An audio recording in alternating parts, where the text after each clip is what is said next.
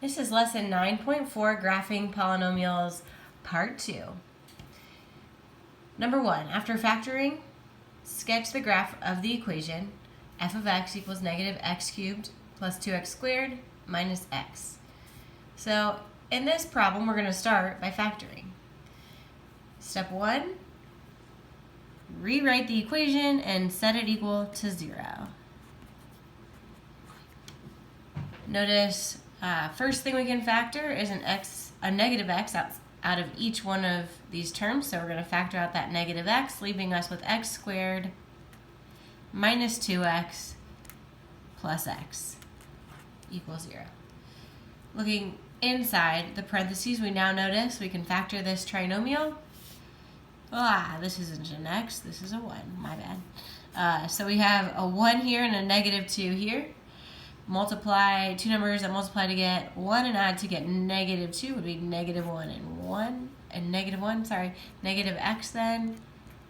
X minus 1 equals 0. Now we could rewrite that as negative x minus 1 squared equals 0. And then we solve using the zero product property, so that means negative x equals 0. So that translates to x equals 0. And then each one of these leads us to the solution x equals 1. This gives us our two zeros, which is interesting because if we think back to our last lesson, we should be expecting 3 zeros. So this is degree 3 polynomial, and therefore we should expect either 3 zeros, 3 real zeros, or 1 real 0 and 2 imaginary. But here we have 2 real zeros. And the reason for that is this right here. We have x minus 1 twice. And what we call that is multiplicity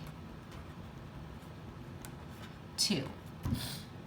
Or another way to say that is M2. Now typically we're dealing with a solution that occurs once, and that is M1. And that's our typical, just crosses the x-axis at that spot. When we have an M2, that is when we end up with a bounce.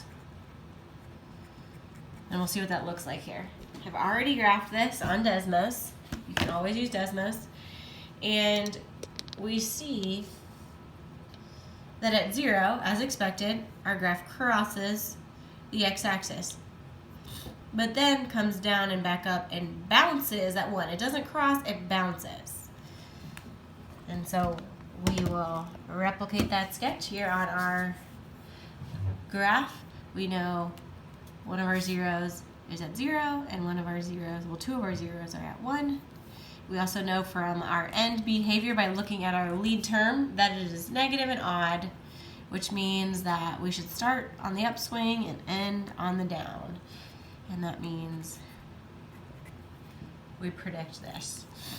Now, like we just saw, we can come up, bounce. Again, this is a bounce because we have a multiplicity of 2 at our root of 1, and boom, comes right down to finish off the graph of our polynomial function. Now in summary, so we could say we have 2 real solutions, and we have x equals 0 at a multiplicity of 1, and x equals 1 with a multiplicity of 2. And that helps us to graph and get a more clear picture of what that's going to look like. Next one, number 2, we have, again, factor and then sketch. So this is same step 1, we write it out and set it equal to 0. Factor by grouping this time, since we have 4 terms. We can factor out a 5x squared, leaving us with x plus 5. Here we have a common factor of 6, leaving us with x plus 5, which we hope for, right? These should be the same. Recall from factoring by grouping. So that's one of our factors is x plus 5, and the other is these leftovers, 5x squared plus 6.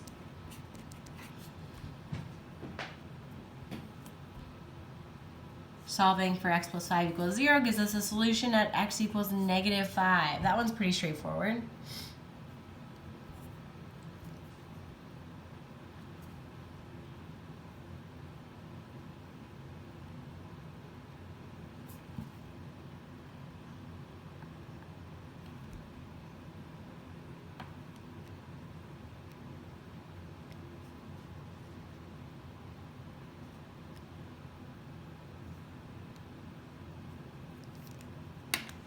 So we have this solution here, though.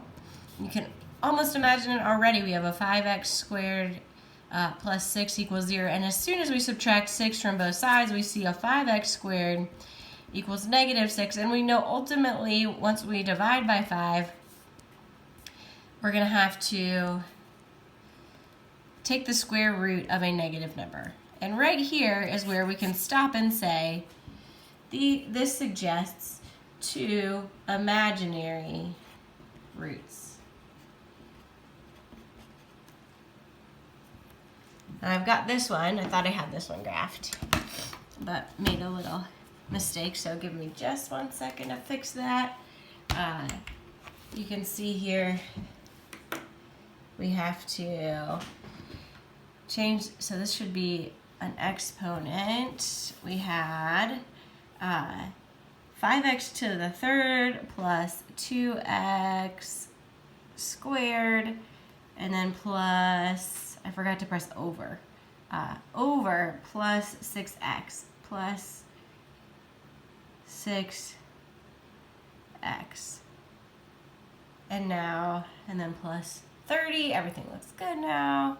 We should be able to make this one appear on the graph. Let's see what happens. Okay, so we can kind of see one real solution at -5, just like we said.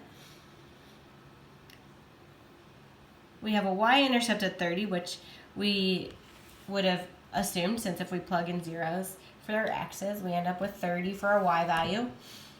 But then we have curves that are happening here that we couldn't have imagined based on just our little sketch. So we can duplicate this best we can, but the key parts are that we have our solution at -5, our y-intercept at 30, and then it starts on the downswing down here and ends on the up. And that's because we're our positive lead coefficient with a negative, or with an odd degree. So here we are at -5, here we are at 30, and it's kind of fun to just end behavior here. Try and make this as best we can. That goes up and then down and then up. And again, now we have, it should be kind of like a more straight line, but that's, again, it is our sketch of this function. Next up, we have number 3, and you can see it's already factored for us, which is awesome. And we can then just set it equal to 0 and identify those solutions. Each one of these has a multiplicity of 1. And then if we were to plug in 0 for our x's to find our y-intercept, we get 1 times -2 times -4, which is a +8. So we know that our y-intercept is at 0, 8. Plot that. 8 and -1, 2, and 4. And behavior. To discover end behavior, you have to kind of go x times x times x. That's x squared, or x cubed, which is positive, and odd. So that means it's going to end on the upswing. And I'll let you use Desmos to kind of clarify and take it from here.